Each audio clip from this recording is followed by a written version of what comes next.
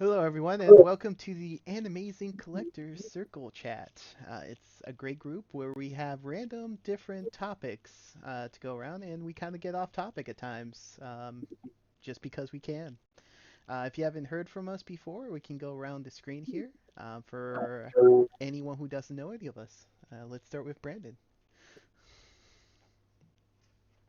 Hey everyone, I'm Brandon, and thanks again for having me. I am a collector of anime, manga, a little bit of figures, video games, mainly Final Fantasy. But yeah, thanks again for having me here. And I'm Domino. I'm back again with, of course, I collect anime, manga, video games, art books, figures, everything. And it's good to be here again. Thanks to see you guys again. Hello, I'm Wade. Yeah, I collect anime titles, manga, light novels, art books, music CDs, and Ginga and Duga. Thank you for having me. Hello, my name is Roger. I happen to run Animazing Company. I enjoy collecting anime, manga, art books, catalogs, certain CDs, figures, lasers, and other things. Of course, it's a pleasure being on the chat, and I definitely going to have some fun today. Thank you. Good evening from my part of the world. I'm Donnie. I live in South Africa and I mainly collect anime, but recently I have started getting into the manga scene and I own two Nendoroids. Also, I still get printed magazines wherever I can, the few that are actually still in print. Thanks for having me. Yeah, thank you, everyone here. My name's Ed. I collect a little bit of everything, mostly just anime. Love talking to these lovely people and hearing from everyone else. What our awesome topic today, which we might get a little bit more from Brandon here, as he's an expert in this, is why should people start importing stuff from Japan, and in this case, mostly anime? I will give it up to you, Brandon, to start this. Okay, well, particularly a lot of the it kind of cuts out the middleman. So there are times where an anime may get licensed here in the States. Um, but maybe not all that money will go back towards the creators of the show, or even the original author if if it's an adaptation of something. Typically, a lot of times when it's an original work, a lot more money goes back to the animators. Trying to think. So, when it's something like Samurai Flamingo, for instance, that was an original work. A lot more money went to the production committee. Um, but with it not being licensed in the States, it's one of those things where you'll have to import it. But yeah, like if you really want to see another season of something, you want to see more stuff come out, import the merchandise. Merchandising sales are huge over there. And I don't know what the exact percentage is, but it's pretty high up there. And I would say the merchandising rights, like purchasing the merchandise, a lot more money goes back to the creators than even buying a Blu-ray or a DVD. So yeah, so those are kind of my two senses. Buy the imports, and if you can, I mean, buy the release if it's in your country, but also buy the imports if you really want to support the show. Um, just make sure you're buying those imports. I know, like for me, I mean, I've got, as you can see, quite a bit of anime back here. That tower right there is just U.S. releases, but I've got some glass cases behind me that are strictly Japanese DVDs and Blu-rays, and so I got into importing for basically the sole purpose of supporting, and then I got really into it. And I'm like, okay, well, let me just go ahead and start like collecting and that kind of thing. So I don't know. I just think it's important. It's important to give back to the creators. And I feel like it's one of those things where it's kind of in the same vein as like doing a Kickstarter where you are supporting them as they're like producing a release. So like the Macross deal that's coming out, it's kind of in that same kind of mindset. But yeah, those are those are my 2 cents.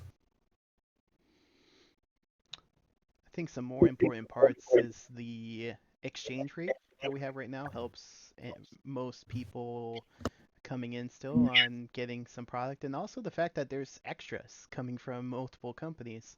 You got it from like gamers, even Amazon, JP, and a couple of other ones specifically in Japan that each one has its exclusive tapestry, clear file, clock, maybe figures at times, but or CDs. It really depends on each one, but if you really love a show quite a bit, it really helps on if you want to get something exclusive, something specific that you want to show off. I think that's a good way because really from any other industry, the US or even Europe, yes, you get some extras. You might get like again CD if you're even luckier or like pins or something, but I think the imports really go with the extra um, step forward on giving you something um, unique. Yes, you might have to pay a little bit more, so depending on what it might be. So if a show here would be like say $60 for like a whole set, yeah, you might be paying like that much for maybe a volume or two if you're lucky. But again, you get a little bit more for that, and again, you're directly supporting more into that show specifically. So it's a give and take situation. I wouldn't say if you don't have all the money in the world or even just some money, it's maybe not a good step. Or if you just really love one show, which I think that's the better approach to this, kind of go all in on that and kind of support that specific show, and hopefully they can make more of that show that you love. Um, How I do it, like one of the imports that I bought back in the day was when Dot Hack made a CG movie. I believe it's called The World or something like that. And it came with a fighting game. It came with like a booklet and everything. And I wanted that. And even though I bought it in hopes we would get it eventually here, and unfortunately it did not work out that way. But it was a very nice set, and I'm glad to have it in my collection. I can't understand anything of it because unfortunately, unlike the Bandai releases or one of the other ones like that that have the English subtitles, it just didn't. But I at least have it. Well, it's, speaking just strictly from a collector's point of view, I've kind of seen I've been collecting anime for about 30 years now or so. And as the sets have become more generic and kind of normal looking, you need something. To me, I needed something that had a divergence from that. Something to really cool to look at. So I ended up start buying Japanese imports, and of course, I discovered that their box sets are generally more of a aesthetically more pleasing. Are You get pleasing. more stuff. And yeah, it's something to really show off because as the days of having large box sets with fancy covers are kind of like in the history of things. It's not the normal of things. Like unlike like when you used to buy Pioneer stuff, you used to have the DVD box, and you would get one DVD with it, and it would fill it in. You'll get different stuff. Like from Bandai, you would get a mouse pad or maybe a figure, or in case of Elaine, she got a some sort of wig and some sort of weird dresser drawer set, little swag stuff. That's kind of gone the way of the dodo. And by collecting anime from Japan, I kind of had kind of a resurgence of interest in what the Japanese are enjoying. If I have several. Of course, in my case, I have several different versions of everything. Like for instance, ReZero, he would discover that what we got from Funimation was certainly the true version of ReZero like we should have gotten. Yeah. It was definitely quite a big of a change. Sometimes you just can't get stuff from in America. Either too risque or the subject matter might have been kind of a difference. I thought for a long time that, for instance, Sailor Moon, Sailor Stars would never come because of the certain subject matter that's in it. I was, of course, pleasantly surprised when then they did just bring it over just for the heck of it. But there are some things that will never come to America for some odd reason. for instance, Elementors. I thought for sure that would come over to us someday, but it hasn't, and it languishes in Japan and not over in America. Macross is another thing that's going to be a little bit more sensitive. That would I would love to see the physical release of Macross Frontier, Delta, another really fancy set of Macross on the other properties. But because of litigation and issues and Harmony Gold, Harmony Gold, I think Harmony Gold is at fault. But that's some things will never. I don't think is it going to be very long to come, or never will come, or it'll only be stream release. So, it's pleasant to be able to see something on the net that said, "Hey, I would like to see this show," and then be able to go to my collection and pick it out and watch it. That's kind of how I feel about it. There's a lot of feelings for me in that particular matter. Cost, there's some about the cost involved with that.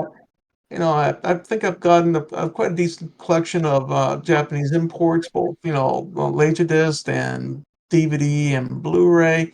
If you're really wanting to, the good news when you're buying something from Japan, from Blu-ray, for instance, it is the same territory as us in America. So you can take an anime show directly from Japan and watch it on your Blu-ray disc player. So that's kind of like a happy thing to have. If they want to watch Lita, for instance, you saw the VHS from Anime Works and said, well, that's not that great. But then you saw the remastering of Lita on Blu-ray, then it might be a good thing to have. I know I'm droning on now, but I have a lot of feelings on imports. Yeah, I started with Japanese imports back in the '90s when Laserdisc was a big thing, and since I preferred Laserdisc to VHS or whatever was dominant at the time, it was kind of a unique thing because not everybody had Laserdiscs, and uh, and of course you paid for it at the time. If you were lucky, you got a 30 or 45-minute episode on Laserdisc for maybe $60, $90. It just depends on the show. And eventually, when DVD came out, it kind of reduced the price to about a fourth to a third of it. And of course, prices in anime slowly started coming down with the more that the domestic market started to pick up. But yet, the Japanese anime on Laserdisc at the time was some of your very best quality imagery you could get for your setup on a Laserdisc player and whatever TV you have. And That's even the sound quality was better too. I saw that in Pioneer because you can go between like the Phantom Quest Core, for instance, on VHS. Nearly did not look as good as the Laserdisc version. So I always got teased from my buddy back in the day. Said, "Look what I got with my Laserdisc. What you got with tape?" And I said, "Well, I'm just waiting for DVDs." He said, "Sure, it'll never come out, man." So, Yeah. Speaking of imports and all of that, one thing I do want to point out, like what you were saying, Roger, with like Macross slowly, releasing here, um, like Macross Delta, the imports have English subtitles. So that's also something to keep in mind is when you're importing, some of those titles may have English subtitles or a dub, like Space Dandy has both the English dub and the English subtitles to every one of the single volume sets. However, the Blu-ray box set that was released a few years later does not have those. So it's kind of weird how they decide whether or not to include English subtitles or dubs or that sort of thing. And going back into like getting extra bonuses, the store bonuses are like a huge part of collecting. So there may be some kind of incentive for someone to import a show from like a specific retailer if they want that B2 size tapestry or if they want that all volume storage box, that sort of thing. And another thing to account in is to like when you're pre-ordering something, especially when it's coming out, is to pre-order before a certain cutoff date. Because like My Dress Up Darling, the imports to that had a special Dakimakura that was included if you pre-ordered before like February or something of gosh, when did that show come out? Like a couple years ago? Yeah. So So yeah, that's also something to consider too, especially when importing. So a Takamara, or what we said, is that like a pillow cover of some sort? Yeah, Yeah, pillowcase. yeah. Yep. hmm Okay. Pillowcase. And oh yeah, one more thing from Brandon. We do have a list of import anime that has subtitles in there. Thanks to Brandon, really appreciate his efforts to bringing that over to Animazing. So, if you ever wanted to figure out what the heck, which one you should start out with, just go to the featured tab, click on it, and you'll see Brandon's list of stuff you should get if you really want to read your anime while you're watching it. Thank you, Brandon. You're awesome, buddy. Yeah, yeah, you're welcome. And on that list, The Boy and the Heron is now out on Japanese Blu-ray, 4K Blu-ray, and DVD.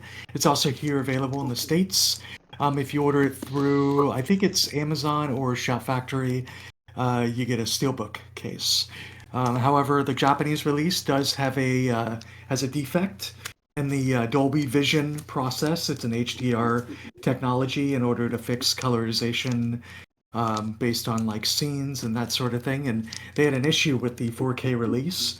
So Disney Japan is actually offering an exchange program. So if anyone that bought this release, you may want to contact the retailer that you bought it from in order to get your exchange started. No But yeah, way, that's an. man. You want to keep that and get the other new I version. know, I know, I know. I'm keeping this. I'm keeping this. Keep it. It's still in Yeah, the package. It's still in the package and everything. So totally a collector's item. it will 100% will be one. Yeah, yeah.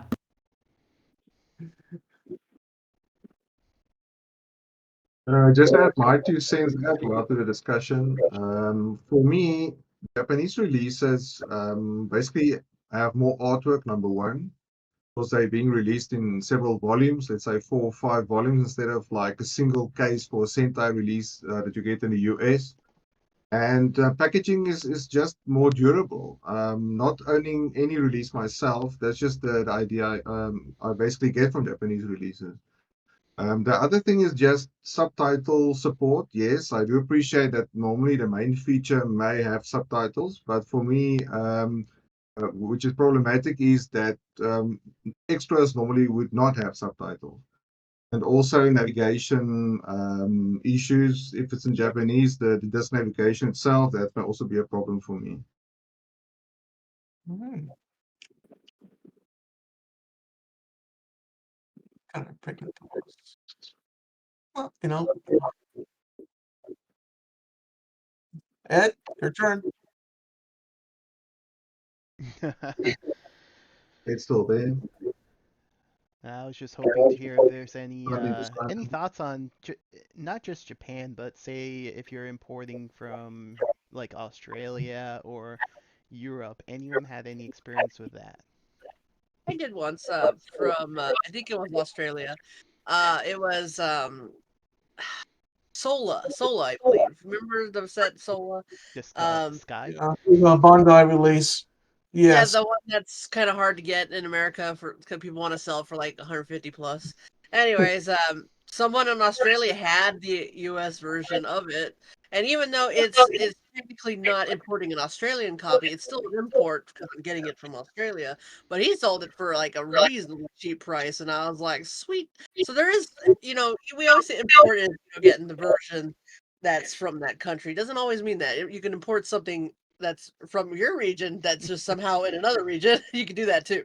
And even Japan, I believe there's been people that have gotten real good scores on like Nisa sets or anything from Japan that are American releases, but they're just in Japan for some reason, and you can get them like cheaper there if you have a proxy or someone that can find it for you, and be like, hey, look, they have this expensive Aniplex version of this Blu-ray, but it's only $20 here, where it is like 150 if you're lucky in the US. So it's like you can find ways like that too. So I don't just random thought on that.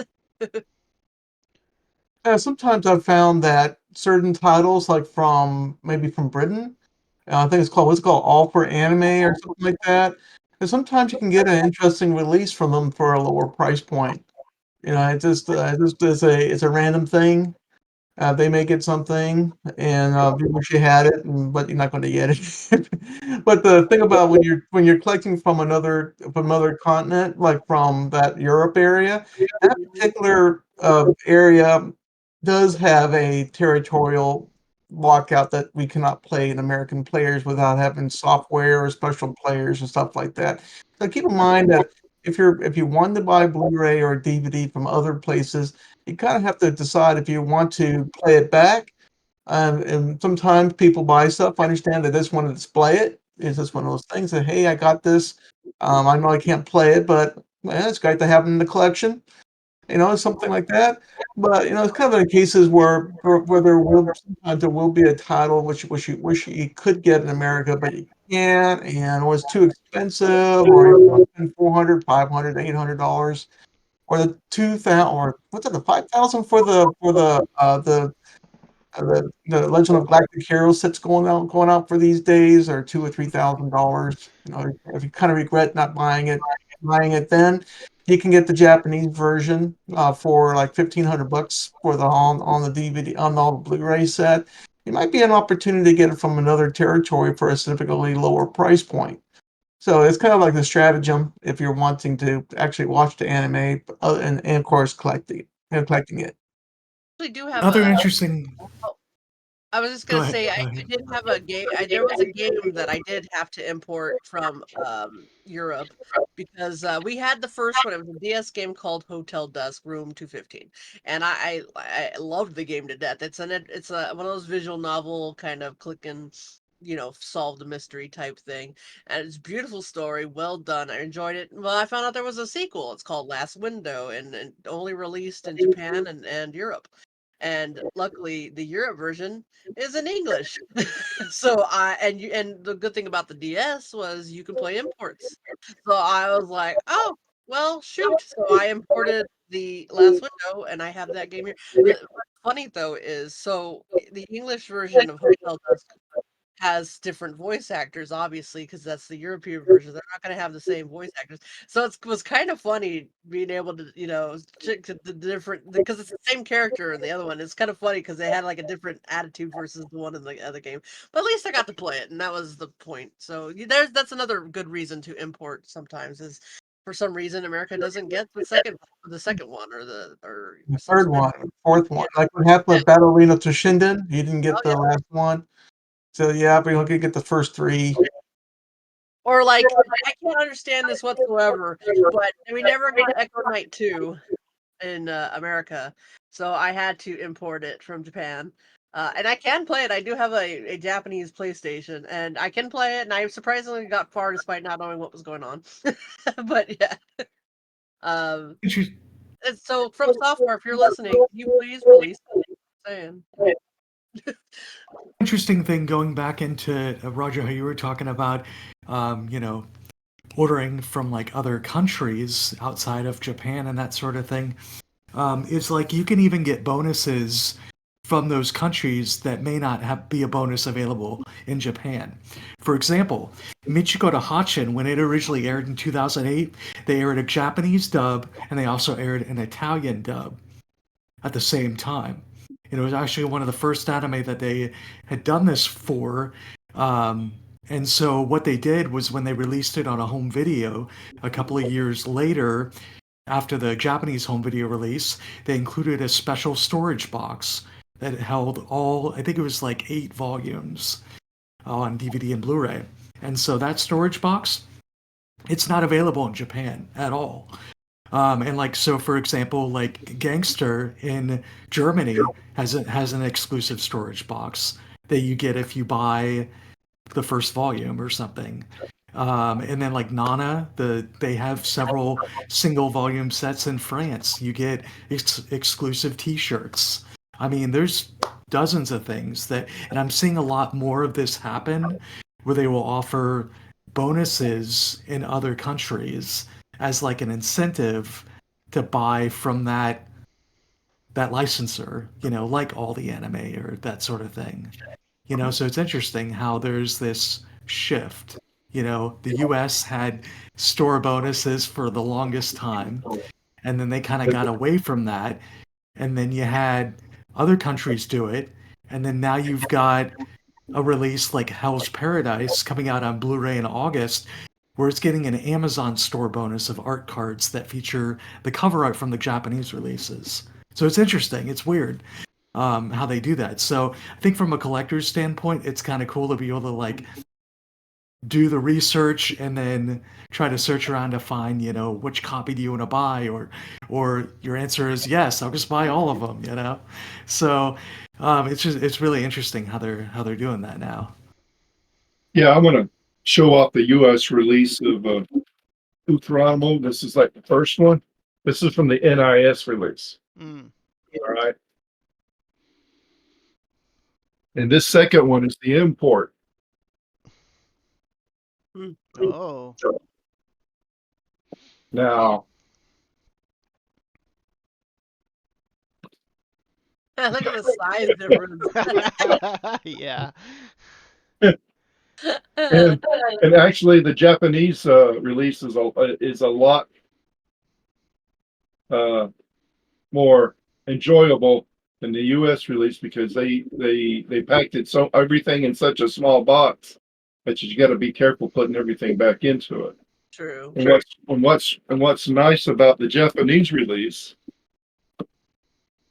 I'm actually opening it. A life-size Yeah. art book, of right? course, you get a Yeah. nice size little art book. Yeah. That's Of the same course. with my Macross Frontier movies. The box is like yay big. The art book is not regular size. It's nice. Of course, this is the game.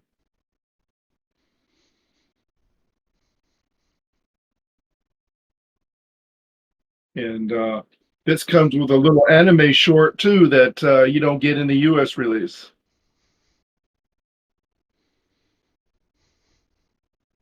And it comes with a soundtrack. Of course. Nice. And it also came with a little acrylic display stand that's packed away somewhere else. So You know who I miss so much in video game packaging and releasing? Oh, Working working designs. designs. How about that? Yeah, I bought working designs just because of the packaging. Didn't they release Order. Lunar Silver Star? Yeah. Isn't Yeah, that what they were? both Okay, yeah, that's and what I thought. and I Yeah. think it's called Deep Blue or something. Elemental Gearbolt. Oh god, they had such good titles, man. Mm-hmm. But they're also And pretty Speaking of, especially pricey. Definitely collector's item these days because generally the video games are kind of like advancing quicker than we're having with anime. Because you're yeah. getting more and more streaming exclusives, and getting a little less and less physical stuff. So it's just kind of like a foreseeing of what could happen if anime decided this day, at least in America or North America, just to do streaming services. Is where the company like Crunchy Funimation decides, you know what, if we think that you shouldn't be watching this show because it's kind of like a little more advanced that your culture can understand. We feel simply not going to have it in a way you'd either going to be able to watch it or maybe you're going to be modified or changed or something like that. We really don't know. Or like for instance, in the case of what was it, Bacano, for instance, you would think you'd be able to watch it on Funimation or the Crunchymation, right? But you can't. It's not there. And there's other stuff that's suddenly been just like dematerialized over there that used to be on there. So as more and more anime gets packed on their servers, they will probably decide, this one is no good. We need to move it out and then have more space because space costs money. You have to have air conditioning, storage, stuff like that. Mm-hmm. I make sure that all the stuff that people would rather watch other than old stuff like Yamato, people don't care. Oh yeah, like on Netflix, they're getting rid of the end of this month. They're getting rid of A Lull in the Sea, Darwin's Game, and Toradora off of Netflix. And I think in the middle of August, they're getting rid of um, Rascal Dreams of Bunny Girl Senpai. So if you haven't watched those Oof. yet and you don't want to spend $200+ for it, you better watch it Oof. before August 16th. I'm actually Yeah, surprised they did that. Those are pretty well Yeah, liked shows, actually. yeah. they were classics. But Yeah. they Like have to. They where have can you watch Raw Sepon? If you ever never watched Raw Sepon before, it's going to be a difficult measure to find some of these shows. Now, stuff like Kira and Evangelion and stuff like that will never go away with Grave with the Fireflies. Some of the old classics that you would love to see again. they'll just like evaporate. Yeah. Yep. Yeah, they It- want the stuff that draws the most viewership. So Showing it. Yeah. the interesting thing is like with streaming the way it is and licensing, falling out. I mean, you've also got a little bit of an issue whereas like physical releases they sell out. For example, I have the U.S. Aniplex releases of Erased. And so Mhm. what's interesting is there is a lot of love hate with Aniplex because of their price point. And so a lot of that reasoning, the reason why they're so expensive is because they want to match the Japanese releases, Yeah. Mhm. which literally look exactly the same. I mean, pretty close to it. Like, look at that. Mhm. They also both include the gallery booklet, and I think they also have the soundtrack as well. So I think that's also why Aniplex strives to. They're committed to making a release that's very similar to the Japanese releases. Plus, when a licensor comes in, they have to actually purchase the artwork that they want to use for, like, let's say the cover, like the front cover, the back cover, or if they want, you know, the inserts that are used in the booklet. That's the same as the Japanese release. That's going to cost a lot more rather than reprinting, material that may actually be cheaper using different character art, that sort of thing. So it's interesting with Aniplex releases. And honestly, I was having this conversation the other day with a friend of mine, but I feel like I'm seeing a lot less home video Aniplex releases. Is that just me, or has anyone else noticed that? Yes, I yeah. have. You're Yeah, not I'm seeing alone. that a lot more. Yep. Which, Um, which also, I'm not against, honestly, because people need a break in essence buying those. But in True. another way, it's kind of sad because if you don't see a constant stream of physical media, you question what's really going on in the industry. well, what gets me is, me coming from buying laser discs at $90 a pop, all right, etc. in the early '90s, because that was basically the only way you get some of the anime, compared to now where people saying it's too expensive, $40 to $50 a pop for 12 to 25 episodes, depending on what series, etc. Hmm. And it's like what a lot of them don't realize, you got it. It's cheaper now at that 50 Yeah. to $65 price point for 12 to 25 whatever episodes is on your set. And you couldn't even find that in the early '90s. The set I did buy was the Nadia Blue Water set on Laserdisc. Hmm. I bought it from Laser Perceptions in California. And I was Hmm. stationed in Hawaii when I was in Air Force when I did that. At the time, I paid $720 for that whole set. Oof. That's 48 episodes, I think. It might be, I'm pretty sure it's around that. 48 Yeah, episodes because 39 or we got 48. 4 Yeah. episodes per disc or something. And it was a really nice set. And you got what you paid for. And now you get the set used if you're lucky for maybe 150 to $250, depending if it's got everything with it or not. Mhm. So, Things do but change. When it comes to the earlier days of anime collecting, you did have certain clubs like Books Nippon. They would grab stuff from Japan, charge you $100 for a tape or $200 or so for a laser disc. You would order from a catalog. You would have to cut out something, which is a travesty of justice. But these days, but which what you had to do. And because of the price pointing, if I may point out that we'll never get away from the DNA of what we came from. There was a lot of fan subbing back then and there. I remember the days of having what you call a SACE, a self-addressed envelope, and you would send, you would get a anime, you would pick it in the package and make an agreement with somebody else to ship back and forth.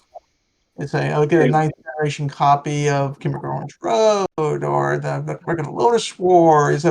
You would have small gatherings like we used to have at our own at MacDill Air Force Base. We had a small anime group there. You would show up what we had to watch, stuff like that. And they would try to say, "What is this show?" And we hope nobody had any idea if it was Japanese only, or I can't see what they're talking about because with almost white. But those were exciting days. Now it's quite a bit changed. There's really no much of an excuse to get stuff that way anymore, either from the various torrents and various ways of getting it, not the legal way. But I just wanted to point out that back in the day, it was expensive, Oh, it and then was. anybody could buy that or get it or knew about it. So you would import magazines, like New Type magazine. You would import it and look through the paper. I couldn't read anything, but I would look through the paper and say, "That looks like a cool show. What's this thing? Legend of Divine Demon? Oh, that's Three by Three Eyes. I wonder if I can get this thing." And there was some. I had a phone book of different places you can go in California, for instance. I You can call this place, this place, this place, and they would what they would do, they would actually take their laserdisc and copy it over to VHS. They would do it, and they would send it to you with a cover. Believe it or not, I was pretty blown away. What they could do back in the day. Everything was in everything was Japanese only with that kind of stuff. But if you wanted to watch Macross 7, for instance, and nobody could see. I just wanted pictures and stuff. And you couldn't see the show. I had a friend of mine, Nathan Kornoff, that would go bananas over saying that if this Macross version was the real Macross and this one was not, and then well, whatever it was all kinds of stuff. But I just wanted to let you guys know that it was a exciting, a pioneer time. Now it's more click and you can get it if you want to get it on a streaming site, or you can have people that can import directly to us, like what Anna does for us. You can find a proxy like Amazon Prime or Mercado, whatever you call it. I never could get that thing to work right for me for whatever reason. I was had some issues with them. Or Mercutio or Mercatio or whatever you called it. But Mercari. now you can literally, it's pretty amazing. You can literally talk to somebody in Japan right now, real time, and get the stuff. If you had somebody that you can trust over there. I just had another discussion with another a person, directly through Messenger, said, "Hey, I got a friend in Japan that that can get stuff for you." And of course, I talked to him, and there might be something out of it. You never know. But now you Yeah. can do it. Back then, back then it was just a L game. And I said, "What's this thing?" It kind of brings back old memories, old fond memories of mine. Always trying to discover what's next, and talking to buddies what have they have seen, and we would talk and stuff like that. So I'm droning on, but it just kind of brings out some old memories of mine. Yeah, Yeah, it actually reminds me of the one time when the EGM magazine. Did you remember Electronic Gaming Monthly? Comic Gamers Monthly also had another version Yeah, of it, yeah, EGM2. they had a little section towards the back with a bunch of import kind of advertisements, and I remember they had soundtracks specifically. And I went to my mom because I was, yay hi. I'm like, Mom, can you call? Can we order? And so I ended up getting the soundtracks to Metal Gear Solid and Parasite Eve because I begged my mom, like, can you call this number? Can we do this? She sent a money order, and and I got it. But that's how reports were done back then. So yeah, I do relate to that. Another thing what happened with before I used to be a really hardcore gamer, video gamer back in the day. I started from the arcade all the way through PlayStation 2, anyways. But back in the day, I remember playing an arcade game called Soul Edge. I had a lot of fun with it, and I discovered that the Japanese were beginning their set like a year before we would even think about getting ours. So of course I'm panicking because I really, really, really want to have this game. I really, really, it's from Namco. So what I did, I imported it and I got this Soul Edge, and I had to get decided to get a modified PlayStation because back with the PlayStation 1, you could do the disc swap trick. You can get the spring thing in the back, and you have the swap tricks and stuff like that.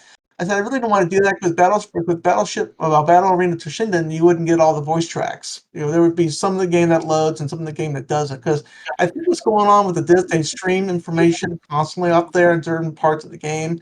They put loaded memory, so you wouldn't get the whole thing. So I decided to get what they call a modified PlayStation. I went to a place where you can somewhere CD dark. And it was in Babbage's, of all places. I walked in and said, modified PlayStation. I thought, what? I said, my God. I just walked in there, and there it was. It was $300. I said, oh, it's like kind of expensive. I was an airman, airman back in the day. I said, really expensive. So I whipped out my credit card. I said, yeah, it's like that. It was no doubt about it. Ran home with it and put the Soul Edge game inside of it, and it did work. It was I played the hell out of the game. I had a lot of fun. I I love thought I would Soul. share that old memory of mine on that. Love Battle Arena Tosha did. I still have the long box, To come in the big box. original case. There, Yeah. Echo the Yeah. I love that game. So good. That and Bushido Blade were my Bushido games. Blade is very, Oh very. my gosh. People would play this to find out they could die with one hit. So, Yeah. I, you're done. I love how you can run across the arena and load. You had to wait for the game to load the next area. And I'm like, that's awesome. Like, so cool. Yeah.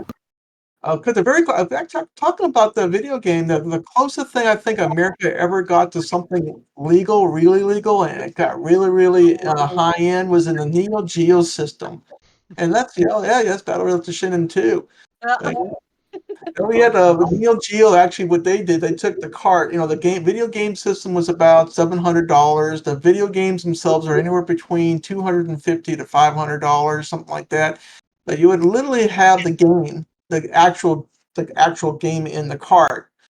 So if you really wanted to get the closest you can get to SNK arcade action with the 24-bit color and over over 4,000 colors, or there's different things about it.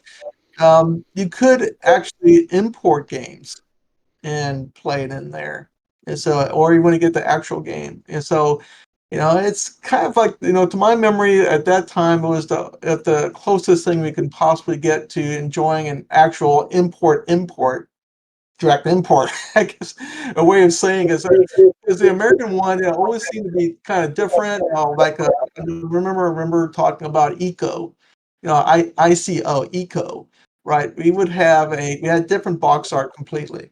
People call it the goofiest art ever made, and we got the Japanese import, which is the same we got from the Europe, was the windmill with the two stick figures in the back. I said, I know people used to complain about that. And I said, I know I wish I can get the whole game. Earlier feelings about Nintendo being the censored people of the world, the evil empire. They would take the crosses off Castlevania, change the names, localize certain attacks and stuff like that because we had to be sensitive to the what the Americans could enjoy. I don't know, it's because only America, or I didn't do the investigations with Europe and Australia and all that kind of stuff because at that time I was much younger and much more focused. now it's Sony that's doing all the censoring. It is. Oh, Stellar Blade. Yeah, it's funny because I remember when The game Nintendo so was the much. one covering the under boob on characters from I forget which Wii game, and then they turned the One Piece outfit on this girl in that Mirage Blaze Sessions or whatever it's called. They turned it into like a pantsuit, and I was like, come on, it was just leg. They didn't want us to see legs. I'm like, come on, Nintendo. And then all of a sudden, then Sony was like, you know what? We can't show Tish's butt on Devil May Cry 5. We're gonna put a light beam there. And finally we got that cleared back up, but they're still censoring stuff. Like Sony, did you hire somebody from Nintendo? What happened? Oh, very nice. Is that a Lita? Yeah, speaking of Lita. Yeah, the whole censorship thing is weird. Like, I don't know. I don't know. It's just odd. You have to, With Sony, I mean, especially in the case of Stellar Blade, because they like promoted that game as like being completely uncensored, and then they like Yes, day one patch they like removed a bunch of blood, and I was just like, this is so bizarre. Like, it is it's really bizarre. Like, weird. what are you doing? taking away your game because people are probably got all kinds of phone calls, from saying, "Oh, you guys are bringing back Night Trap in situations. Why are you doing that for? What you need to do unless you get litigation." you're going to remove all that offensive material and make that game into like Maple Story. Speaking of like import sets, here's a question for everyone. Okay, two questions. What is an import set that you either have or don't have that you wish would get licensed here? And then the other question is, what's an import set that you've been searching to find and you still have yet to find it? Well, that's a couple. Probably I got a couple of candidates. Probably there was a change. But the Devilman Crybaby, the one I was really wanting to have come to America. The one I'm working on getting in was the Air anime from Import Air anime. You know, I don't have that one. I like the packaging, and that's another one I want to have, and I'm working on it. I'm trying to get a copy that's not super expensive of Suikoden 3's premium set that they had, which comes in like the form of a book, and it comes with like a little plush and a keychain and stuff like that. I just want it for my collecting. I have the limited edition for Suikoden 4 and Suikoden 5, and I would really like the 3 as well. So it's not easy to find. I mean, I can find it, but usually people are trying to sell it for like 200 plus, and I wish I'd bought it back then when it was only 100. But I'm still looking for a decent price on that until I can find one.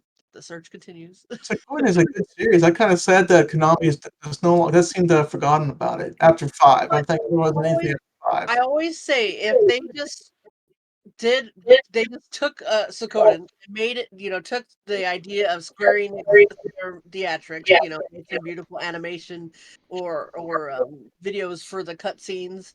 That game would blow Final Fantasy out of the water because of the mechanics. You could build your own army, you build your own You house or know, castle or ship or whatever. your your your what do you call it? Your what do you call it? Your palace, whatever. What do you call it? Your lair, whatever. You can build it and add There was to an it. old guy and he ends up giving your castle an elevator. I mean, come on. That was Yeah, you cool. can have an instant portal with Miki. You Yeah. can have different attacks with different people.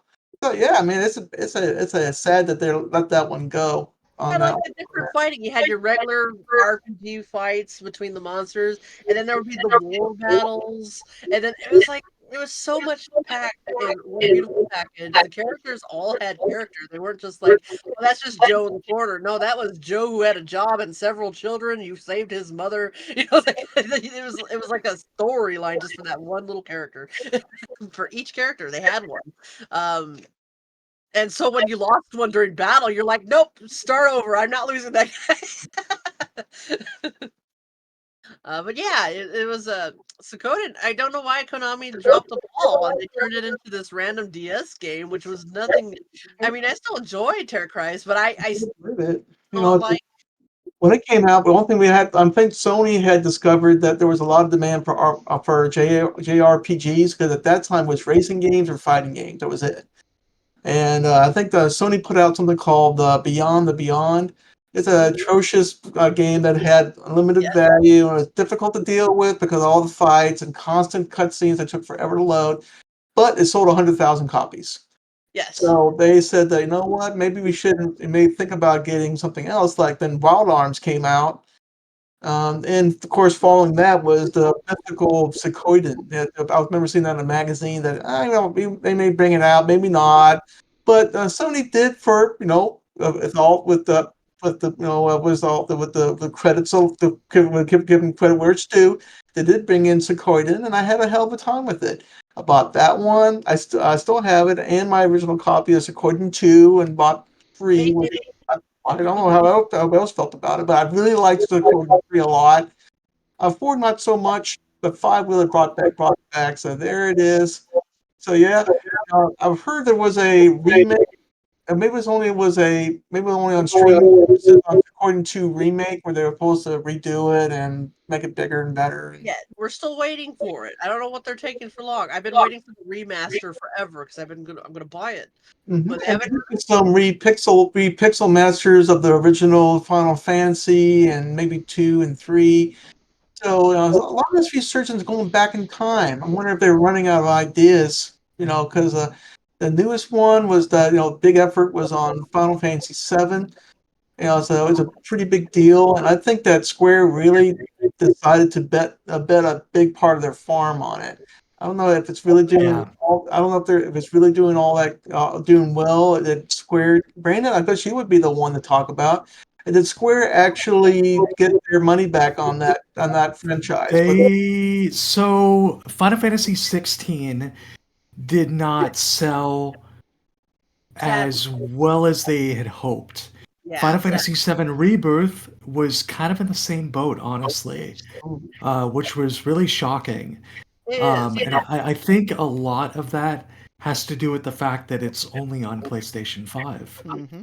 And I think that that was a huge mistake. Was those games need to be more accessible. It's Final Fantasy. Like, come on, it started on Nintendo, it went to PlayStation, then it went to um, Xbox. Final Fantasy 15 sold like 5 million copies the first day. That was because it sold on PlayStation and Xbox on the same day. I think that these companies really need to remove the whole idea of exclusivity. And I think that they need to make these games more accessible rather than limit them. And I think that's a huge problem. In the case of Rebirth, I think that a lot of the issue was that there were gamers out there that may not have been satisfied with Remake, so they didn't purchase Rebirth. And I mean, it was across the board, but I think that it's one of those games where you either loved Remake or you just love Final Fantasy and you bought the game. And then there were players that didn't like Remake, so they just weren't going to buy Rebirth. And then there were players that played the PC version of Remake but couldn't buy Rebirth because it wasn't available. Mm-hmm. So I think that's a lot of the issue is exclusivity is tying out. It's tying up a lot of the issues with these game companies making enough money to virtually not I wouldn't say break even because those games broke even, but make enough money to satisfy their company the for continual progression. 6 to 12 months. Forspoken was horrible. I mean, that game was awful. Horrible. It was an interesting idea, but I think they spent too much money on advertisement, and I think that's what killed them. That's Octopath Traveler 2 is by far one of the best games I've ever played. And I would say that that game, it was unfortunate that that game did not get enough awareness. They should have advertised that game like they did Forspoken, and I think it would have done really, really well. I just think, like I said before, is exclusivity and companies are they're spending way too much money on advertising. Seriously, it is ridiculous. Um, with Final Fantasy 17 on the horizon, I know there's a lot of speculation that they're going to go back to turn-based and they're going to go back to the pixel art format. Um, and they're going to have a newer generation handle the next at least 2 to 3 games. And so I think with games like those, I think they really need to sell that to the market on all consoles, even the Switch. Mm-hmm. And if they go to the pixel format, they can do that. And I think that it will be hard at first to sell that game because it is going to be, a retro style game. So I think there's a lot of consumers out there that want to play games that are up to date. One of my brothers is big into graphics, and so he plays a lot of games that only are, really good in the graphics department or are very cinematic, like God of War or Last of Us, Spider-Man 2. um, Spider-Man 2 is another example. But um, I think that with hardcore Final Fantasy gamers, I think they're gonna want stuff, that's gonna look older. So I think I'm really excited to see what's on the horizon with the next mainline game. But I don't want them to hold back just because they have a licensing deal with Sony. Because I think that's an awful mistake. It's such a terrible mistake. Yeah. So that's just there's my rant with video games. They might So have over leveraged the PS5 craze than they did, really. Yeah. Because I think not as many people bought the PS5 as it seems like it did sell. Because they've been going and trying to sell games for PS4 and PS5 for the longest time, where people thought, well, why should I get the PS5 in the future? Because I can still play all the games on the PS4. And not as many people exactly. maybe have upgraded, or maybe went to PC only, and then they won't even play on the PS5. So I definitely agree with you, Brandon. It should really be more open to all consoles really going forward. Just give more people the option, no matter where And I, they're playing it. and I also feel like another issue with it, in terms of the development side, and I can't remember the company that does the porting, but Last of Us 2 or Last of Us 1 part 1, like the remake one Mhm. that they did for the PC release was phenomenal. The Oh, port was awesome. There was another game they released, that company specifically, I can't remember the name, but they ported something else and it was really well done. But I feel like these game developers are strictly limiting themselves by developing specifically for a console rather than developing for the PC first and then developing for the console. Because I feel like it's one of those things where they can develop in a more open source rather than limiting themselves on the specific hardware and then porting it to the PC. I don't know. I just think it's kind of a mistake to do it that way. It's a Correct. little backwards. I actually have to correct you about The Last of Us. When that first came on PC, it was actually a disaster. no, no. A They did lot an of update. They did an update. The they modified update needed was it. really They well needed done. it. Yeah. But when it first came out, oh my god, the memes were hilarious. Of like, there Yeah. would be Joel like messed up like in the corner going, ah, and then Lisa what's her face going that way. It was the memes were hilarious. So it didn't quite go smoothly, but they did patch it up, and now it's much better. But yes, And that is it's one interesting. problem with console to PC. That is one problem they do. Yeah, it is, because it really limits themselves in the development side. Yeah, Plus I think it's also why it takes so long to get these games churned out. Because they're spending so much money on whether it's cinematics or whatever it may be. I guess I don't know. There's something. I, It's kind of a mistake where the generation of game developers are at right I know now. Silent Hill 2 remake is actually being released both on PS5 and It PC at is, the same but it time. looks awful. It looks absolutely awful. It, it only I'm looks so awful. disappointed. It only looks awful if you look at poor Angela. She looks awful, and so does Mary. But the rest of the game actually looks decent. The character designs are a little rough. Except I actually like the look of James. I think it looks good for him. But yeah, Angela looks terrible. Hey, Well, I But want Ed, to, anything to say there, buddy? yeah, I want to step in and give you a little history on Ujranimo, the first one I showed you on PS4. This is the original from Japan, Leaf version. This is the uncut version. ooh, Thank you. And I love of those course, boxes. it came with a player's guide, little mini poster, and art book. Hmm. And floppy disks? What's that? Floppy disks? No, it's a No, digital disc. It's not the optic pack. CDs. The game originally came on CDs for the PC. Yeah. Oh yeah. Yeah, you got yeah Four? three. Three? Yeah, this one, this two, and this three.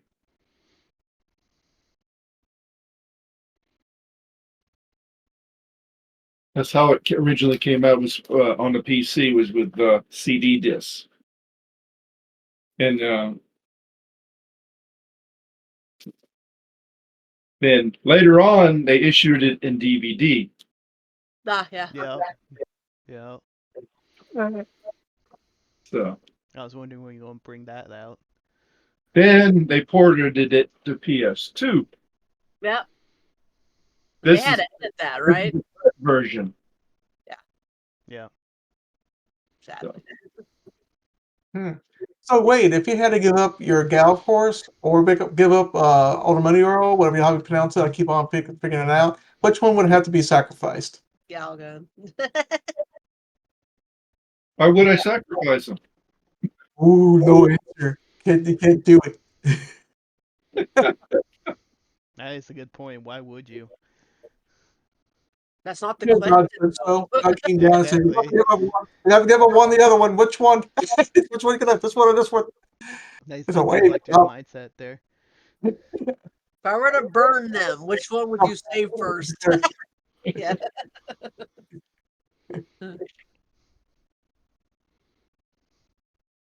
Thanks for showing those. Those are always nice to look at. Yeah, some good Also, I history. wanted to bring up in terms of imports. I have the only issue Oh of boy. Bakuman on DVD, and Oh. it's kind of a sad thing because it's Bandai Entertainment, Anime Works that also like released this. Got it for $7.99 on Amazon, brand Still new, is. For $5, and it still is. It still is, yeah. And it's sad too because like all the anime, they actually have them in Blu-ray collector's sets. Mm. And so I don't know if those have subtitles and a dub, but this is the only known U.S. release of Bakuman, and it's so sad. it is It sad. really is, I you was all know? excited to get it, and then I realized there was no more. I was like, Yeah. oh. Discotheque. Come. The good news, if you want Yeah, to I get know. Discotech needs to save it. really hard for that, well, at least we got the manga set. I think Yeah. someone Oh put yeah. out Yeah. Biz that put on a box set of Bakuman. It's one of those kind of things that I guess we don't need that property with all the stuff you can get like Death Note. We can just buy another. We can put another version of it out. And what about Bakuman? What about it? It's a strong case if you want. If you see it like what Brandon was talking about, it is a strong case if you want to get something. Sometimes you're going to have to go outside the box and get it. And that Bakuman and whatever version of anime that you just wanted to get on Blu-ray, or you can't get the package you like, or we got the little thin release. They got a nice big fat release. You want to get that version instead because you want to have so much room. It does well make every square inch count. Yeah. Every little centimeter, what millimeter, it has to have some sort of value to it. So value and cost drives everything. So you have to get the version you got to have. So the big box, that's in. The little box is out. Yeah. And it supports the creators. It will support your creator, so it's kind of cool. I don't have anything from Europe, so I can't say to the quality of their boxes, but I did see some pictures of them. They look really nice. Mhm. Though I feel like at times the quality is pretty similar to the US at Excellent. times. And sometimes we get a Kickstarter. We get a Kickstarter. What was it called? What's that Kickstarter? There was one released for. There's a lot. God, there's a couple of Kickstarters out there. One for Code Geass, I think we may have had a Kickstarter. There was a couple versions of that. There was something called Under the Dog. Yeah, I wish that came Oh, out. that. Yeah, Yeah, I wow. know. Yeah. Yeah. Yeah. maybe 45 minutes, maybe. I think it Oh was man. between 30 and 45 minutes. And I said, what? I said, eventually I decided to watch it. And I said, I bought it from a collector. And I said, I didn't have any idea with Kickstarter. So I said, what's Under the Dog? Let's give it a shot. And I finally watched it. My God, this is cool stuff. I can't believe it. There's only 45 minutes. Oh no. Ran Yeah. out of money. They said they couldn't get any more stuff animated, but that 45 minutes was packed, Cool, beginning to yeah. start with nothing but action, nothing. And so yeah. Yeah. So Speaking of Kickstarter stuff, I yeah. actually have a couple of Uh-oh. Kickstarter. I'll have to grab them. Oh Hang on a yeah. second. Yeah, flex. Crowdfunding might be the way out of this conundrum of wondering if a big conglomerate like Sony kind of information would put out something, or something really niche like Atlas. If they would put something out like Stella Deuce. Ever anybody even heard of that game before? Nope. Nobody. Yeah. There's All right, there's some stuff, really niche stuff. So maybe the crowdfunding thing will save some stuff. Well, the problem with crowdfunding is whoever do people remember Anime Soul? Which one? Anime Soul, the a Yeah, licensor that I did remember that. Anime Kickstarter Soul Oh ish yeah, put things. out what was it the Chivalry of Failed Knight? They were supposed to put that out, but it never came out of anything. Right. Yeah. Yeah. They brought out a couple things, but a lot of them just never came out because there was either not enough support or some other reason. But I'm just saying it's been done before. It's just it needs a lot of advertisement and community outbursts to get something out there and put money down for something that may or may not even have a following beforehand. If it's an older title or if it's a newer title, it's even harder. yeah, A good example of this would be the Animago stuff, like the recent Macross 2 Hmm. release. They're going to get a deluxe release. The Megazone 23. What they're putting out is was a Dagger Kamui for whatever crazy reason. right. Why that one? Why not put out the Genesis Robert Garat finally? Yeah. Why Dagger Kamui? I know Rintaro directed it. It was supposed to be a classic. One of their first releases and stuff like that. I know I just don't understand. Somebody don't understand what they're doing over there. But if it has to be Dagger Kamui, I guess it's going to have to be Dagger Kamui. I'll buy that, support it, and hopefully next time they'll put out the Genesis Survivor. Yeah, I feel Dagger Yeah, Kamui won't do as well, but it'll get made because I think there's gonna be enough support. Just not there's not as much support as any of the other properties they put out, in my opinion. Yeah, but it's important to make sure you buy it because if nobody does, they'll say nobody's buying anime anymore. Why should we put out the Genesis Survivor Garage 3? It's just a niche product anyways. Who cares? Let's focus on I don't know, like another version of Sailor Moon instead. We can do that. Yeah, Lots Animago of options, recently yeah. posted their next Kickstarter proposal, so I'm sure be some interest, but it won't garner as much interest as the previous ones. Mhm. Well, sure not, because Yep. Macross is a way bigger property than the Dagger Kamui. Oh. Yeah, So Yeah. it's just way more recognition on that. It's a Tiger Kamui is all right. I'm gonna get it anyway, but Yeah. it's not it's not one that would really make me amp up my purchase on the Kickstarter, Right. Yep. if you know what I mean. lot of resonance with a lot of people. I mean, it doesn't be for nostalgia people. Well, I think old people who probably say, "Well, let's get Yeah. this on Blu-ray. We don't have it on Blu-ray yet. Let's just buy Mhm. it because we want to support the community." Is what I feel it's going to be like on it. So that's why I'm so mystified why Woodhead would choose that particular title. Just like Well, Bike only a thing Bike I can think of is easier one to get, and it can be a intermediate one while he's working on a There more you go. aggressive project, Yep. preparing for an aggressive project. So it's a So sacrificial bait to make sure they can keep yeah, on turning it out. keep him going. Keep the wheel spinning. Mhm. So it's there was more stuff coming out from us. Yeah, because they already released Possibility. it on DVD. So it's like, well, they already know who they need to talk to. So it helps. Oh yeah, the red box and green box. That's the Kickstarter ones. I can't pronounce the words. Yeah, yeah. So Kenji Studio did a Kickstarter funding campaign for Koluko Bokoro and then also Santa Company. And so basically, they're pretty adorable. But the one I have, um, like the Santa Company, it's pretty cute. Oh, I nice. kind of like the artwork, but it has subtitles. But the whole thing is in Japanese on the back, which is Yeah. really funny. But it has a little booklet, um, like cast and staff interviews, and also some illustrations in here, which is neat. But then the Koruko Bokuro one, I got that one came with I actually got a signed um, art book. Nice. So yeah, yeah. So it's got like these cool character sketches in it. Oh, that's cool. Okay. Yeah, which is really neat. But yeah, I totally agree. I think Kickstarter, I mean, depending on the project, I mean, it really needs to be the way to go as far as like what kinds of anime need to be like In the I don't know, like generate awareness for certain anime titles. Like Kimonozume, Masaki Yuasa's first TV anime. That should totally be a Kickstarter. Yeah, He, that's a he's mysterious the thing. he, he's the Mysterious. guy who did Kick Heart. That was a Kickstarter program. And then he did Devilman Crybaby, Kaiba, Mind Game. I mean, I can name all of them. I love all of his stuff, but There was yeah, Kimono was that is one the like one really that good.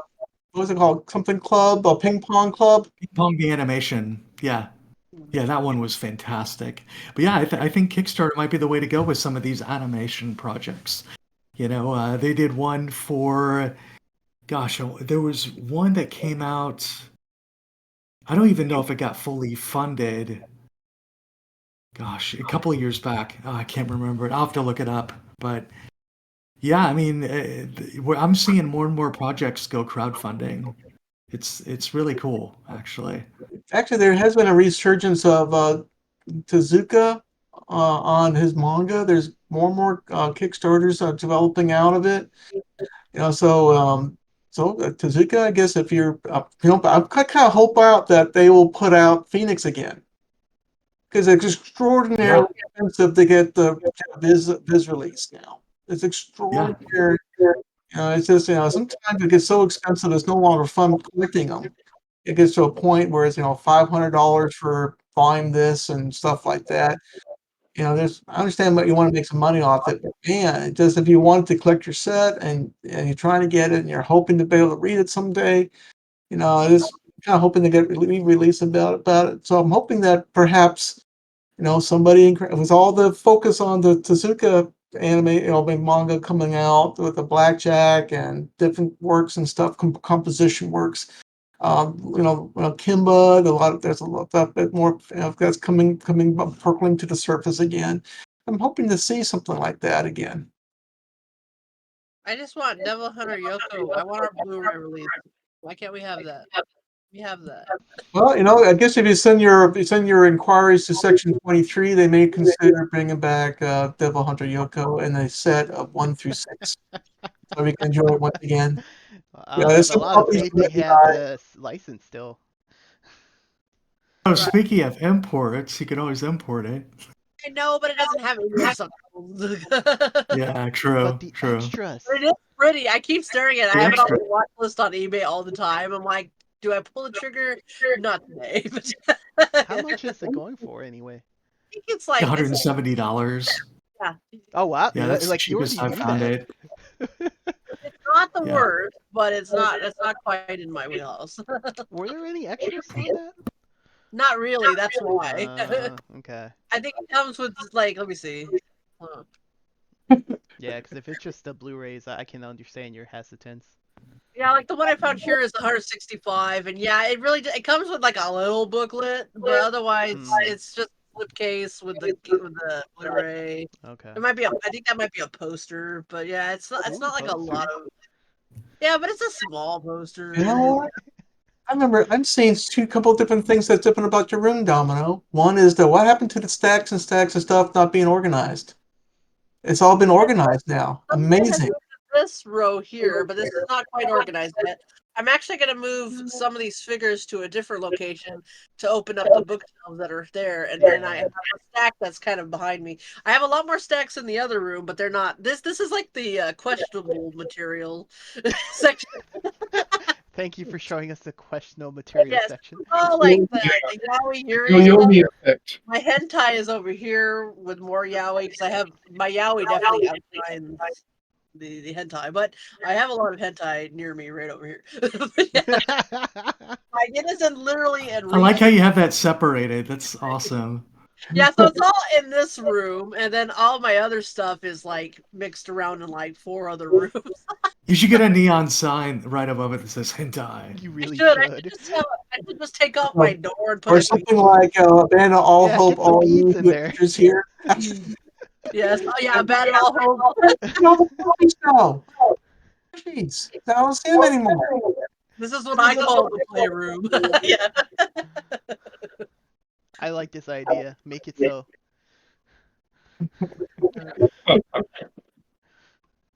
What happened to all the plushies? What? What happened to all the plushies? Oh, they're in my new room. They're all in there. There's still some in the room. Yeah, 'cause this was my original bedroom, and then when the folks moved on, I've taken over the main bedroom now.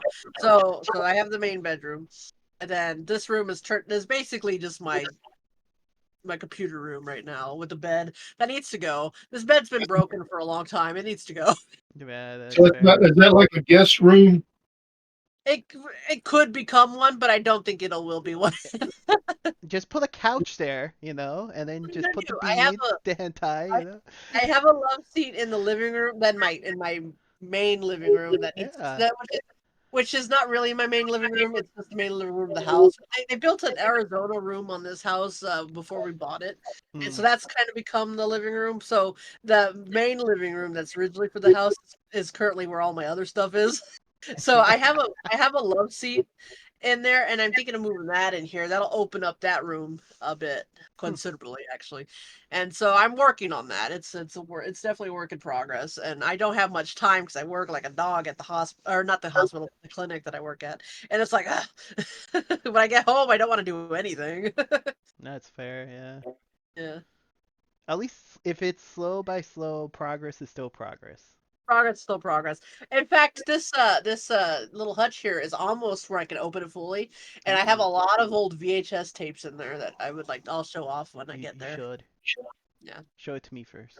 I We mean, I have a do lot all, of other VHS tapes that I bought ever since blocking that are in like different areas in the house, but this one's like my original sets that I have. Yeah, Ooh.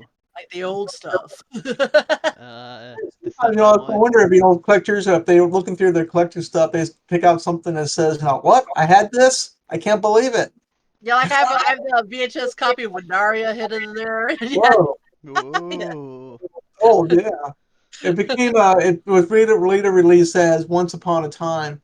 But it was a Streamlined Pictures release. Yes, It yeah, I actually was called did too. Pandaria. It was uncensored, and you saw the all the terrible story, Yes, the sadness of that story, man. sadness of it, all the betrayal. Oh yeah, Hey, it was, that's something Racklebell Rock or something like that. yeah. But I remember. Well, they say the VHS is the censored one, but I don't believe it because all Bochi the that Rock. happens in there. Even the death scene between the when the princess shoots. The guy and the girl, the prince and the princess. Yeah. It's a pretty tragic story. So if you really want to find, actually watch a very depressing anime, be sure to watch Pandaria. Yeah, Windaria One is of the definitely. ones out there that's very little, there's some happiness at the beginning, but it kind of quickly goes down into bleakdom. It kind of reminds me of what's it one they called? What was that other one? Oh man, just escapes my mind right there. But there's a couple one there like that. It starts seems to be kind of cool, really lighthearted, but underpinnings kind of come out and bubble out and becomes something of dark nature. I like Hmm. those kind of anime. I will be right back. You guys continue on. Uh-oh. Nature is calling. Oh. I shall return.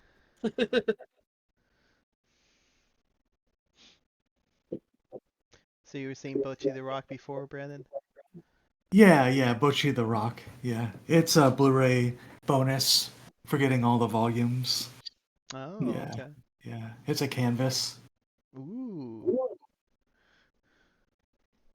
I've got several of those. Oh, speaking of canvases and anime imports, there's an anime airing this season called Too Many or Losing Too Many Heroines. The product bundle is available on Amazon Japan. Comes with a storage box and an illustrated framed um, print, Ooh. kind of like the ones you see right here, Hmm. like those. Yeah, I think I have like 8 of those now. I think that were Blu-ray bonuses. One, two, three, maybe 10 actually. So yeah, I like collecting those. Those are really cool. You should send a link. Okay, yeah, I'll shoot the link in the Animazing Collectors group. Good. But yeah, going back to like Kickstarter, I just wish there were more like I'm seeing more of that stuff happen. Like with Macross, I'm like super excited about. But I'd like to see some more like original works, that kind of thing, instead of like revivals. Okay. I wonder if we Yeah. have seen a lot of those lately. Like for instance, the remake of Sailor Moon, the Cosmos coming out. I'm I'm wondering if if that's going to be our fate from now on. It's going to be a regurgitation of the same thing. I don't know because they're betting the farm on too many projects that are kind of they don't know if they're going to make money or not, or going with the sure deal that will sell. And so yeah, so I'm wondering if they're going to get more and more of that kind of stuff. Not like I really don't mind it. I mean, it's always nice to see Yeah, something. it's still really cool. But original stuff would be kind of cool. Like I don't know how many anime are like Tokyo Magnitude 8.0, and how Oh many of boy. those are available. You can always forget about Genocyber Yeah, you'd be the first one in line. because I'll start a committee of getting rid of it from public consciousness. It'll be like, what was that called? Get you the one Oh that my brought it gosh, up it's this so time. funny. It would be kind of cool.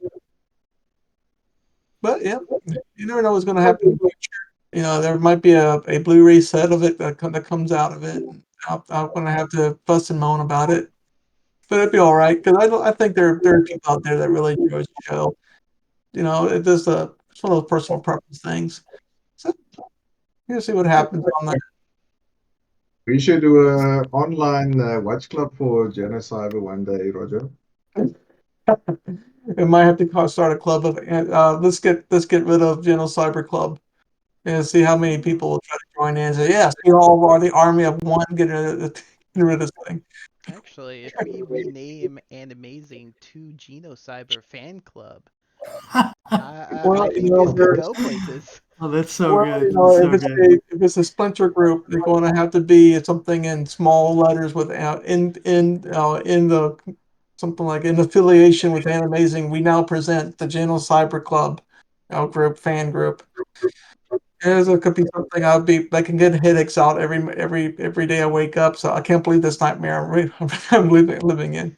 So put a little button on Animazing and direct you to another Facebook page for that subject. Ah, It'd be pretty interesting to see what happens out of that.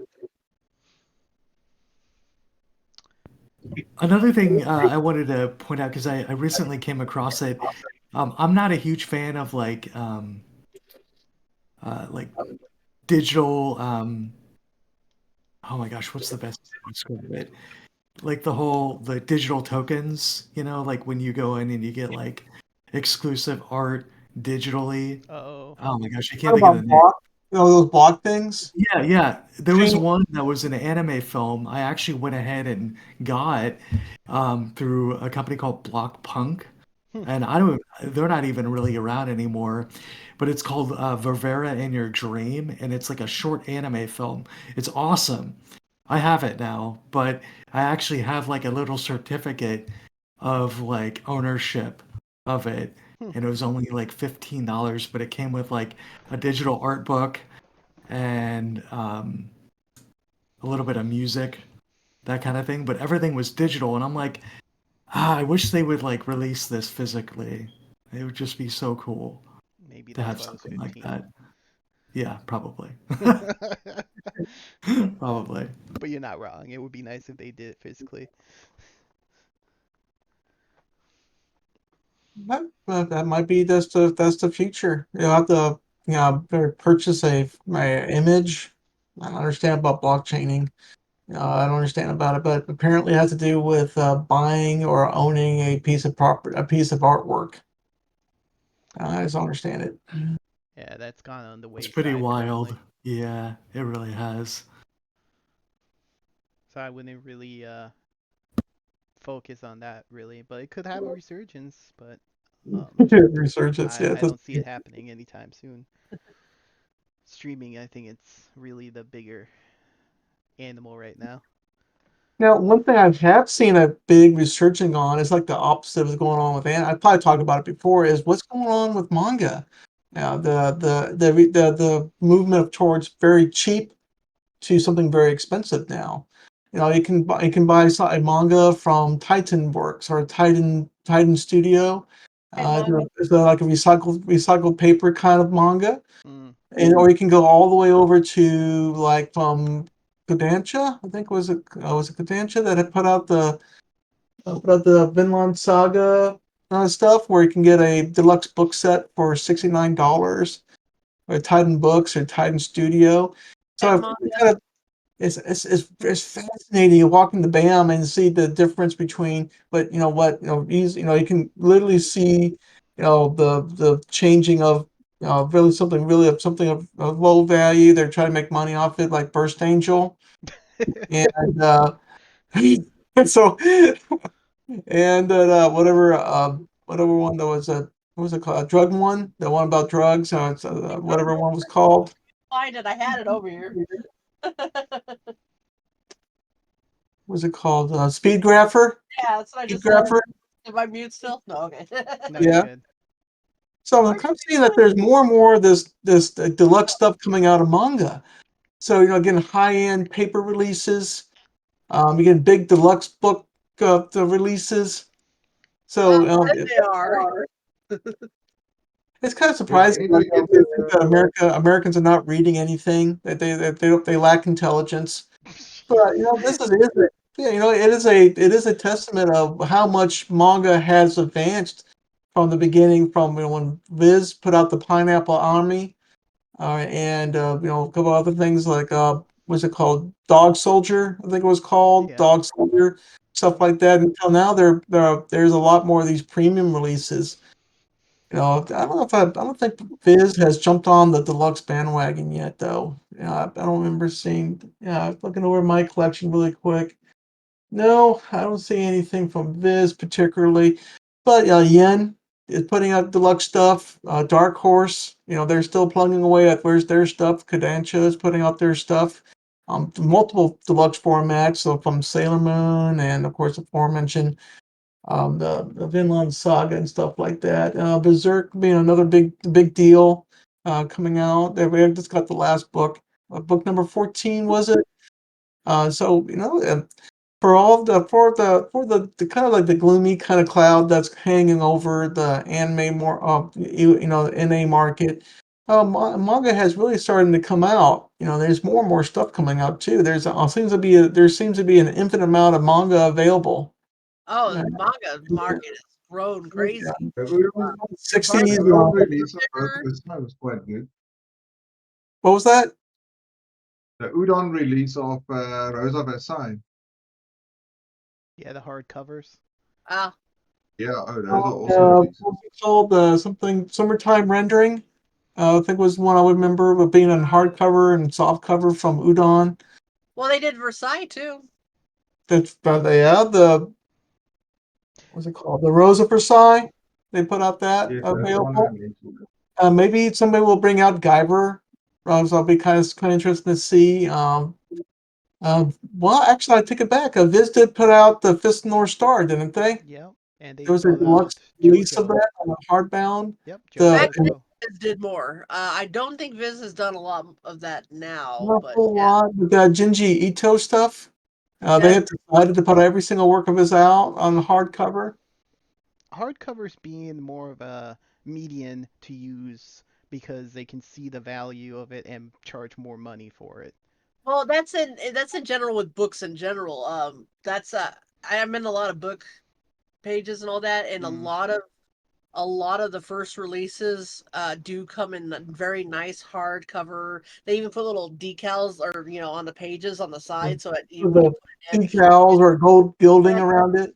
and you'd be surprised how pricey those get Oh after yeah. just once they get released. Like if you look up the first edition of one popular one was called Fourth Wing. It had dragons on the side, and Yeah, it's expensive. It's Mhm. amazing. Even so, books in general, manga's just been a part of that for a while now, but now books in general have the first editions are just nuts. Mhm.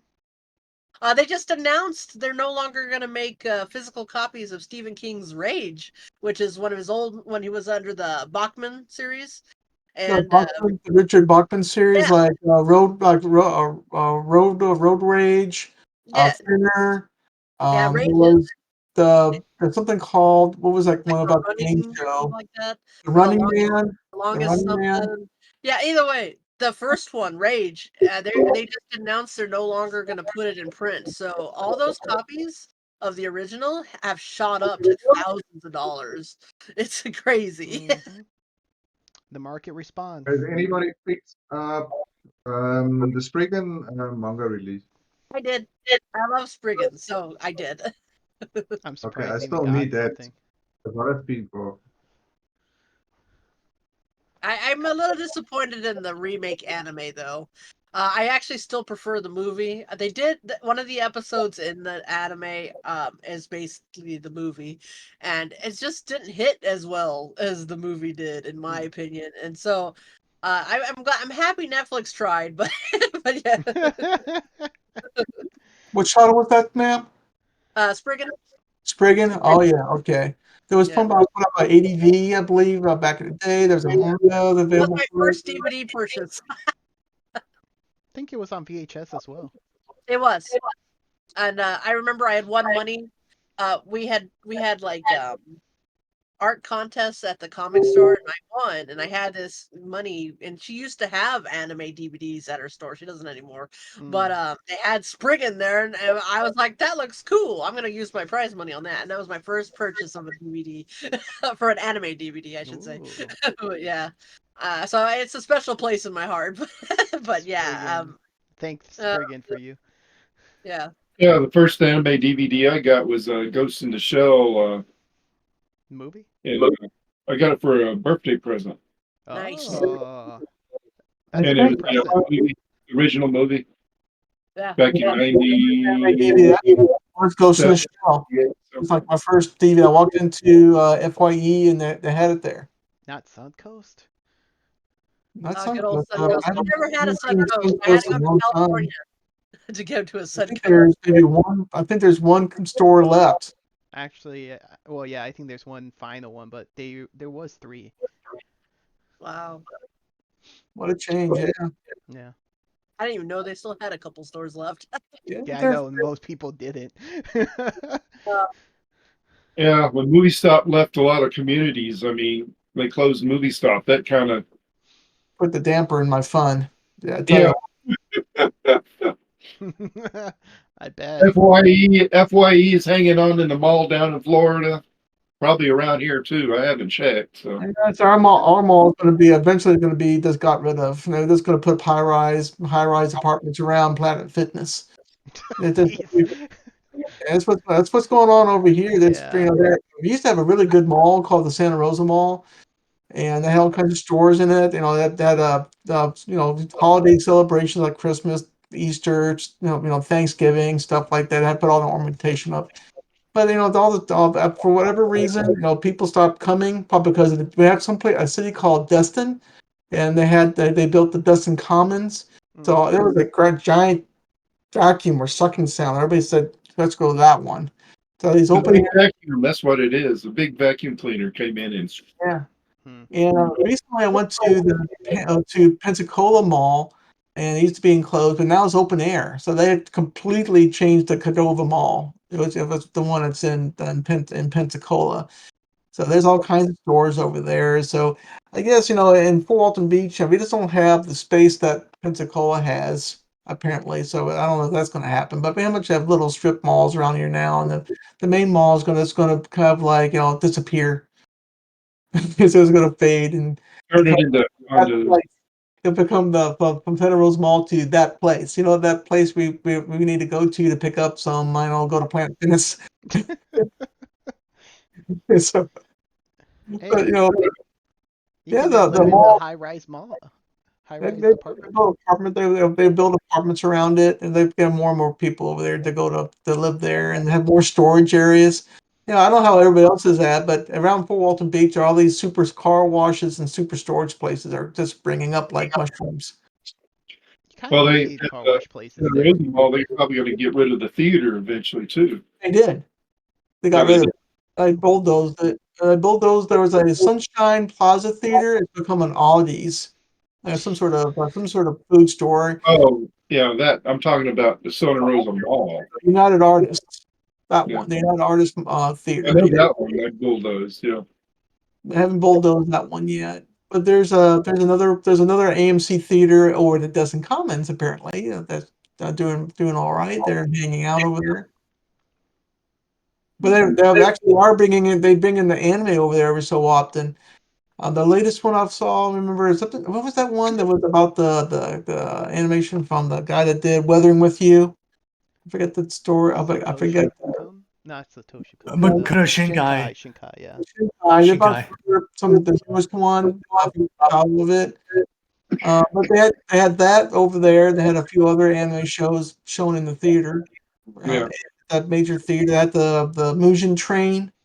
Mugen Train. Yeah. Oh Did yeah, Demon Mugen Hunter, Train, Mugen Demon Hunter. Train. Yeah, I saw that. So yeah, so anime has become a bit more in the in the built into the subconscious. So I have hopes that eventually that people kind of rediscover it as an actual art form and just pick up something I pick up for $1 over at the dollar store.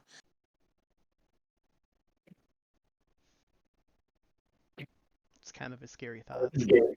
I don't. Yeah. Speaking of manga, I don't know if anyone ever remembers. I have it somewhere. I can't find it, but it's the gold foil cover edition of Kill la Kill Volume One. It came in an anime otaku box, and there was a company that offered exclusive merchandise. For like you would pay like a monthly fee, and you would get a new anime box every month. And so like one of them had like Bleach merchandise in it. Oh, But the one I have has a gold foil with cover exclusive for that like company's release. I wish I could remember the name of the company that did it. There's It was something like like a taco box, so a yeah, bento yeah. box, maybe a bento box or something like that. They would put stuff in it. Anime Block too. That one was good. I liked Anime Block. That one had a lot of even Loot Crate even had like the exclusive covers of manga. I think it was Loot Crate that was doing most of those actually. Yeah, Loot Crate did a lot of the. Yeah. Yeah, I have a few of them. That yeah. I joined it when a little before they really turned into crap. So they had some good stuff beforehand. But yeah, I wouldn't trust Loot Crate ever again. Yeah. There was one that was better though. It was from Nerd Block, and they called Anime Block, and they had so much better stuff. And you actually had Bandai figures in there. It was really good. Oh, it Uh, was Omakase. That's what it was. oh, the Omakase box. I remember The that one. Kill la Kill box. Yeah, I've got that box. It's really Oh, nice. cool. Hmm. Yeah, I did. I never got a chance to try that one, but yeah, good times. Don't mind me. I'm just buying smut off of Amazon. Apparently, there was a release of an uncut Titan's Bride anime. Wait, what? Yeah. I wouldn't. I don't recommend that for you, Ed. It's a big man, little man situation. Nice description. Yeah, Think about the imagination. the way he's shaking his head. I appreciate the description used. You're welcome. Don't be fooled by the word bride. I'm probably aware which one you're talking about when you say it Yeah. that way. I will stay clear. It's Really, Ed's fault because I was like, "Oh, I need those," and then I looked at the bottom suggestions, and they're like Titan Bride uncut. And I'm like, "Oh my god, there is a fire in her fingertips." I'm buying that too. Where did I these really come from? I really like with the Kickstarter Macross set, you can actually upgrade and you can still buy some of the reward tiers. They're Yeah. still available. Yeah, it's I Yeah. really have to check cool. out the rewards again, see if they've added anything new. I haven't seen anything. A couple weeks ago, they released a new video of like the process of what they're doing to put it on Blu-ray. I have to check it out again. Yeah, it's pretty cool. One of the Shikishis is sold out, but it's $800. But then they've got this other one that's 300. That's pretty cool. It's an add-on, so if you wanted to add it on to your existing reward, it's pretty cool. Hmm. Yeah, I know they're gonna print out, and he's gonna sign a bunch of special Sakishis. Yeah, so the cheaper version. So, Yeah, go buy some. all right, I already did. Buy Bought one. another. Buy another. Dang it.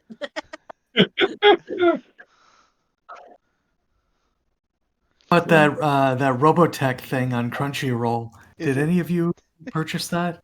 Oh, the box? No, Nah, I I thought didn't do about it. it. I really thought I about it. think it's But still I on already stock, have. isn't it? I already have it on Blu-ray. I have it in multiple Yeah, versions on DVD. I got exactly. the Protoculture edition. I mean, I've pretty much investigated that as far as I kind of want to do it. Even the mastered version of it, That's the only because I I one just, didn't May even agree with needs. the intro. I just bought a bunch of culture right now, so I'm definitely not getting it right now. Let Yeah, me see. Do you want to know the dollar amount? No. I was really bad and I shouldn't have been, but yeah. Bought like eight eight Blu-rays just now. Whoa.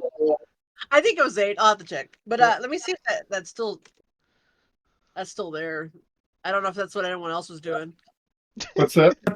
What about the Macross Plus movie OVA Ultimate Edition? Did anyone get that?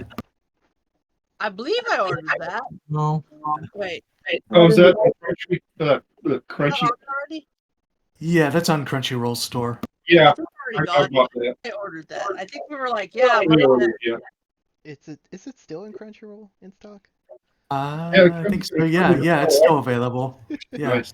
That just tells you that they printed too many. basically, it's gonna go on Sentai's website. It's like, oof. They're gonna be part of their doorbuster sale. Oh, There you go. that Yeah, Rebel there we go. is still there. $25. Yeah, that tells you a lot. Going back to imports though, like some websites I recommend going to, like From Japan's a really good site if you're looking for stuff. Because they're like a Tenso service, so they're like a proxy service, so you're able to, use them as like the option to get the stuff shipped to you if you're not able to buy it from like Store Animate or something like that. Especially with DVDs and Blu-rays, they've got a lot of merchandise on there too, which is really cool. Yeah. But yeah, I love that place. It's really awesome. I've got my Kata Nagatari sets coming in, so I'm super stoked. Yep, 8 Blu-rays. I counted. And counting. Whoa. I need to stop. Apparently, there's been a lot of risque releases for the ladies, and I'm all about that. So I ordered all of them that I saw. Hey, they know who they can cater to. I'm sure you have a hidden Playgirl collection somewhere too. Yeah, You know quite a bit there, Wade. And I got a print now, so I'm not afraid to admit my culture needs. So Wow. I You- remember when I went to my first con, I thought I was gonna have to hide that while I snuck in to see if they had any, and then everyone was like running around with yaoi paddles, like they're like watch Harry Potter get it on with Malfoy, and I'm like what? They're just yelling it out loud. I was like okay, these see, are my people. Doggo, you're dating yourself with the yaoi paddles. Good. I am old, okay. I'm curious to see how Nozomi Entertainment is going to handle the Macross releases with Delta and Frontier. I wonder what they're going to do with that. you, you mean Kind of hard to if say they're because going to do with that? the thing going on with Right Stuff being bought out by Crunchimation. Yeah, And there's only I don't know what's going to happen with that title. yeah, that's my Yeah, I'm thoughts not too. sure either. I mean, I thought they said a while back that with the buyout there wasn't going to be any issues with already pre-existing deals. When was that said though? It was Remember? 2 years ago. Oh gosh, yeah, a long time ago. Yeah. Yeah. I remember being so excited about it. It's like, we're going to get Frontier. I can't believe it. I put it on Animazing, big old, we're going to get it. And suddenly there was nothing to think about it. The only thing that's come out was Macross 2 for any kind of validity.